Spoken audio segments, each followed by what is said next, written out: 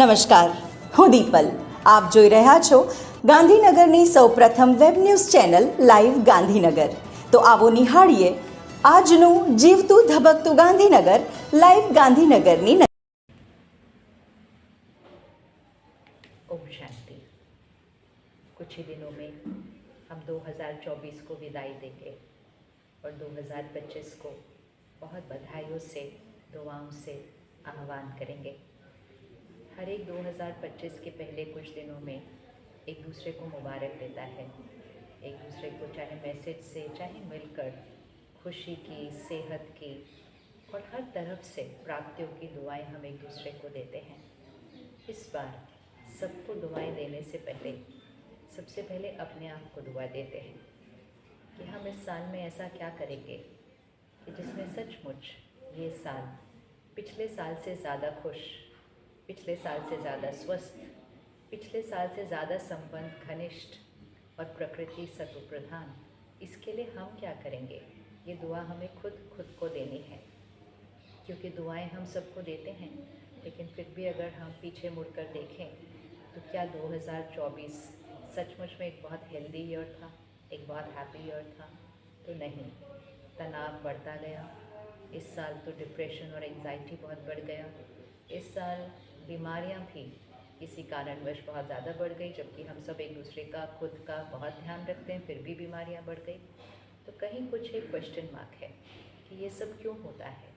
क्योंकि हम सब शरीर का ध्यान तो रखते हैं, हम सब एक दूसरे की सेहत का भी ध्यान रखते हैं, हम खाने पीने का बहुत ध्यान रखते हैं, लेकिन आजकल हमने अपने मन का ध्यान रखना छोड़ दिया है, क्योंकि हमने कहा मेरे पास अपने लिए टाइम नहीं है। और दूसरा ये भी सोचा कि मन का ध्यान रखना ही क्या होता है, मन तो अपने आप ही सारा दिन सोचता रहता है। और फिर तीसरी चीज़, हमारे हाथ में ये जो खिलौना आ रहा है, जिस पे शायद इस टाइम आप ये वीडियो देख रहे हैं, ये खिलौना भी हमारी सोच को थोड़ा सा तनाव, दुख, दर्द, गुस्से से भरने का कारण बन गया है। तो नया साल, एक नई शुरुआत, मतलब नए संस्कार, मतलब नया सोचने का तरीका। तो इस नए साल में एक प्रतिज्ञा आज अपने आप से करते हैं कि मुझ आत्मा ने इस साल अपना ध्यान रखना शुरू करना है। और अपना मतलब शरीर का नहीं, वो तो रखते हैं। अपना अर्थात मन का ध्यान, मन की हर सोच का ध्यान, संस्कारों का ध्यान, व्यवहार, शब्दों का अटेंशन, इस पर हमने इस साल इस पर फोकस करना है, ताकि हमारी जो आंतरिक शक्ति है, इनर पावर है, वो बढ़ती जाएगी। भारत वो देश नहीं जहाँ बच्चों को डिप्रेशन हो, लेकिन इस साल तो बहुत बढ़ गया।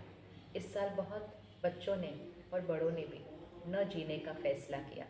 क्या ऐसा हुआ? वो हमारे आसपास ही थे, क्यों हमें नहीं पता चला, क्यों उन्हें नहीं पता चला कि उन्हें कौन सी सोच ऐसी तंग कर रही है। तो it is time to pause and think. तो इस साल प्रतिज्ञा करते हैं कि रोज़ सुबह दिन की शुरुआत ध्यान से करेंगे, मेडिटेशन से करेंगे। एक छोटी सी एक्सरसाइज है ये, जैसे शरीर के लिए हम व्यायाम करते हैं, योगा करते हैं, प्राणायाम करते हैं या पैदल जाते हैं, इसी तरह आत्मा की शक्ति बढ़ाने के लिए ध्यान, राजयोग, मेडिटेशन, ये बहुत बहुत बहुत बड़ी पावर है। विधि बहुत सिंपल है। हमें कहीं ना कहीं एक भ्रांति हो गई है कि मेडिटेशन करना तो बहुत डिफ़िकल्ट है। हम बैठते हैं लेकिन हमारा मन इतना सोचता है कि हमसे मेडिटेशन होता ही नहीं है। सीखा नहीं ना, इसलिए नहीं होता। कोई भी चीज़ सीख लें तो बहुत आसान हो जाती है। तो ब्रह्मा कुमारीज राजयोग मेडिटेशन सेंटर पूरे देश में और शहर में कितने सारे, आप जहाँ भी रहते हैं, आपके 4-5 किलोमीटर के अंदर अंदर ज़रूर एक सेंटर है। और बहनें आपकी सेवा के लिए, आपको सिखाने के लिए वहाँ उपस्थित है। आपको सिर्फ क्या करना है, 3-4 दिन के लिए आधा 1 घंटे का समय निकाल कर, वो भी जो समय आपको सूट करता है, आपको सेंटर पर जाना है। सेंटर पर बहनें मिलती हैं, परिवार मिलता है, वो हमें मेडिटेशन सिखाते हैं। और सबसे इम्पोर्टेंट चीज़ जो सेंटर पर मिलती है वो है बहुत पावरफुल वाइब्रेशंस। वाइब्रेशन एक बहुत बड़ी शक्ति होती है। सेंटर पर बहनें मिलती हैं, परिवार मिलता है, वो हमें मेडिटेशन सिखाते हैं। और सबसे इम्पोर्टेंट चीज़ जो सेंटर पर मिलती है वो है बहुत पावरफुल वाइब्रेशंस। वाइब्रेशन एक बहुत बड़ी शक्ति होती है। वाइब्रेशन अर्थात सेंटर का वायुमंडल, वो हवा जिसके अंदर पवित्रता, प्यार, शक्ति, परमात्मा की याद और निस्वार्थ सेवा भाव है। उस वायुमंडल में भी हर रोज़ अगर थोड़ी देर के लिए जाके बैठ जाए ना तो आंतरिक शक्ति बढ़ती जाएगी। इसलिए इस वर्ष अभी से एक तारीख की भी क्यों इंतज़ार करें, जल्दी से पहले से ही शुरू कर लेते हैं। 5 दिन निकालिए, 1 घंटे का समय निकालिए और सेंटर पर जाकर मेडिटेशन सीखिए। उसके बाद उसको रोज़ करना शुरू कीजिए और फ़ोन के साथ समय थोड़ा सा कम बिताइए, सिर्फ जितना ज़रूरी हो उतना ही समय बिताइए। एक ऐसी चीज़ जो हमारे मन पर इतना असर कर रही है और बच्चों के मन पर इतना असर कर रही है, क्या हमें रुककर इस आदत से अपने आप को मुक्त नहीं करना चाहिए? एडिक्शन है ना, और कोई भी एडिक्शन शक्ति को घटाता है। हाँ, फ़ोन को यूज़ कीजिए अच्छा कंटेंट लेने के लिए, ऐसा कंटेंट जिससे आपकी आंतरिक शक्ति बढ़ती है। परमात्मा का ज्ञान, ईश्वरीय महावाक्य, दिन की शुरुआत हमेशा उसी से होनी चाहिए। दिन की शुरुआत दुनिया की खबरें, दुनिया की बातें, इनके उनके जीवन में क्या हो रहा है ये देख कर नहीं शुरू करते। दिन की शुरुआत मुझे अपने आप को कैसे शुद्ध पवित्र आत्मा बनाना है, उसके लिए परमात्मा की श्रीमत और शिक्षाओं से दिन की शुरुआत कीजिए। भोजन इस साल थोड़ा ज़्यादा घर का खाना शुरू करते हैं और घर में भी परमात्मा की याद में प्रसाद की तरह उसको बनाकर और प्रसाद की तरह स्वीकार कीजिए। फ़ोन और टीवी बंद होना चाहिए खाना खाने के टाइम, बिल्कुल साइलेंस में, या बहुत मीठी मीठी अच्छी बातें करते हुए परमात्मा की याद में भोजन खाएं, क्योंकि जैसा अन्न होता है वैसा मन होता है। अगर अन्न भी शक्तिशाली बना हो और शक्तिशाली स्थिति में खाया जाए तो मन के बहुत सारे घाव ठीक हो जाते हैं, चिंताएं, दुख, दर्द ऐसे ही ठीक हो जाती हैं सिर्फ अन्न का ध्यान रखने से। तो अन्न का ध्यान रखें, मन सशक्त बनाने के लिए मेडिटेशन रोज़ सीखें, तन का तो ध्यान रख ही रहे हैं। और जब ये तीनों चीज़ें इतनी अच्छी चल रही होंगी, रिश्ते तो अपने आप अच्छे बन जाते हैं। क्योंकि जब हम खुद के साथ एक प्यारा रिश्ता बनाना शुरू करते हैं, जब हम परमात्मा के साथ एक बहुत पर्सनल रिश्ता बनाना शुरू करते हैं, तो परमात्मा की वो सर्व शक्तियाँ, जो पावर्स हैं भगवान के, जिनकी हम सिर्फ महिमा करते हैं, वो पावर्स मुझ आत्मा में भरती जाती हैं। और जब मैं आत्मा भरपूर होती हूँ, जब मैं आत्मा शांत और खुश होती हूँ, तो रिश्ते तो बहुत सहज ही बन जाते हैं। सहन करना, चुप रहना, बातों को ख़त्म कर देना, क्षमा कर देना, ये उतनी बड़ी बात होती नहीं है जितनी आज हमने उसको बना दिया है। लेकिन आंतरिक शक्ति कम थी ना, तो झुकना मुश्किल हो रहा था, बात को भूलना मुश्किल हो रहा था। तो मेडिटेशन में भगवान से रिश्ता बनता है, खुद से रिश्ता बनता है, तो औरों से रिश्ता सहज बहुत प्यारा बन जाता है। और जब आत्मा खुश रहेगी, संतुष्ट रहेगी, तो एक और बहुत इम्पोर्टेंट चीज़ हो जाएगी जिसका इस समय बहुत आवश्यकता है, और वो है प्रकृति का ध्यान रखना। इस साल देखा है ना, प्रकृति ने बहुत उथल पुथल की है इस साल। क्योंकि हमने प्रकृति को एक्सप्लॉइट किया। और कैसे एक्सप्लॉइट किया? हम खुशी के लिए खरीदते रहते हैं सामान, बोर हो जाते हैं और खरीदते रहते हैं, धन भी खर्च करते हैं, प्रकृति को भी अब्यूज़ करते हैं। लेकिन जो आत्मा संतुष्ट रहती है, जिसकी सोच में सादगी आ जाती है, उसकी जीवन शैली में सादगी तो अपने आप ही आ जाती है। तो प्रकृति का सम्मान करना है, प्रकृति का ध्यान रखना है, क्योंकि प्रकृति हमारी पालना करती है। तो ये पक्का करें, सिर्फ धन है इसलिए खरीदते जाएंगे ऐसा नहीं, हर कपड़े ही बन जाते हैं।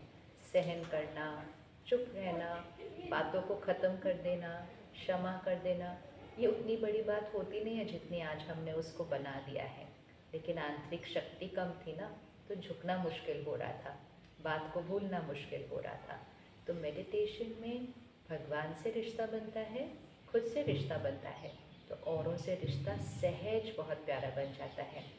और जब आत्मा खुश रहेगी, संतुष्ट रहेगी, तो एक और बहुत इम्पोर्टेंट चीज़ हो जाएगी जिसका इस समय बहुत आवश्यकता है, और वो है प्रकृति का ध्यान रखना। इस साल देखा है ना, प्रकृति ने बहुत उथल पुथल की है इस साल। क्योंकि हमने प्रकृति को एक्सप्लॉइट किया। और कैसे एक्सप्लॉइट किया? हम खुशी के लिए खरीदते रहते हैं सामान, बोर हो जाते हैं और खरीदते रहते हैं, धन भी खर्च करते हैं, प्रकृति को भी अब्यूज़ करते हैं। देखें, जो आत्मा संतुष्ट रहती है, जिसकी सोच में सादगी आ जाती है, उसकी जीवन शैली में सादगी तो अपने आप ही आ जाती है। तो प्रकृति का सम्मान करना है, प्रकृति का ध्यान रखना है, क्योंकि प्रकृति हमारी पालना करती है। तो ये पक्का करें। सिर्फ धन है इसलिए खरीदते जाएंगे, ऐसा नहीं। हर कपड़ा जो आप खरीदते हैं, हर वस्तु जो आप खरीदते हैं, उसमें प्रकृति के कितनी चीज़ें जाती हैं। ऐसे ही खरीद लिया, थोड़ा समय यूज़ कर लिया, बोर हो गए, छोड़ दिया, तो प्रकृति का अपमान है, ये प्रकृति का अब्यूज़ है। तो अगली बार जब कुछ खरीदने जाएंगे तो सिर्फ ये नहीं देखना कि हाँ मेरे पास तो पैसा है, हम अफोर्ड कर सकते हैं। लोग प्रकृति नहीं अफोर्ड कर सकती है अभी। तो प्रकृति का सम्मान, अपनी जीवन शैली में सादगी लेकर आए। सादगी, संतुष्टता, यही तो शांति और खुशी लाती है, यही तो शरीर को स्वास्थ्य देती है और यही संबंधों में मधुरता लाती है। हमारे संस्कारों से ही ये कलयुग अति को गया है, लेकिन कब तक ये रात्रि ऐसे अति को जाती रहेगी? अब तो सतयुग आने का समय आ चुका है। तो संस्कारों को बदलते हैं, संसार तो अपने आप ही बदल जाएगा। तो आज से ये पक्का करें, मैं सतयुग की आत्मा हूँ।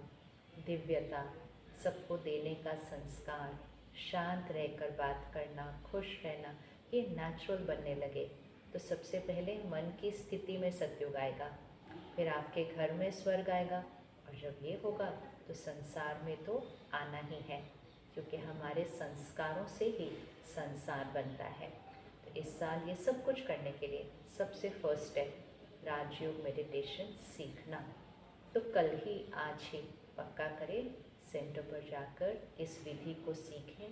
परमात्मा के साथ एक बहुत प्यारा रिश्ता बनेगा। ऐसा लगेगा कि बस वो हमारे साथ ही है हमेशा, क्योंकि वो सचमुच साथ होता है। हर बात उससे पूछ सकते हैं। कोई कन्फ्यूजन है, कोई डाउट है, उससे पूछना शुरू करें। देखो कैसे आंसर्स मिलेंगे। वो आंसर्स मिलेंगे जो कोई आपको नहीं दे सकता, और वो आंसर्स मिलेंगे जो गूगल ऑनलाइन भी आपको नहीं दे सकता। परमात्मा से बातें करें, उससे अपने क्वेश्चंस पूछें, उससे अपने कन्फ्यूजन्स क्लियर करें। लेकिन ये तब होता है जब रोज़ हम उसके साथ बात करते हैं, उससे कनेक्ट करते हैं और उसके साथ एक रिश्ता बनाते हैं, और हम उसकी शिक्षाओं को, उनकी श्रीमत को अपने जीवन में धारण करते हैं। तो 2025 परमात्मा के साथ एक रिश्ता बनाना शुरू करते हैं। फिर अपने मन के साथ, तन के साथ, लोगों के साथ और प्रकृति के साथ रिश्ता बहुत प्यारा बन जाएगा। और इन श्रेष्ठ संस्कारों से हम स्वर्णिम भारत और सृष्टि पर सतयुग सब मिलकर लेकर आना ही है। ओम शांति। તો દર્શક મિત્રો, આપે અનુભવ્યો ગાંધીનગરનો ધબકાર।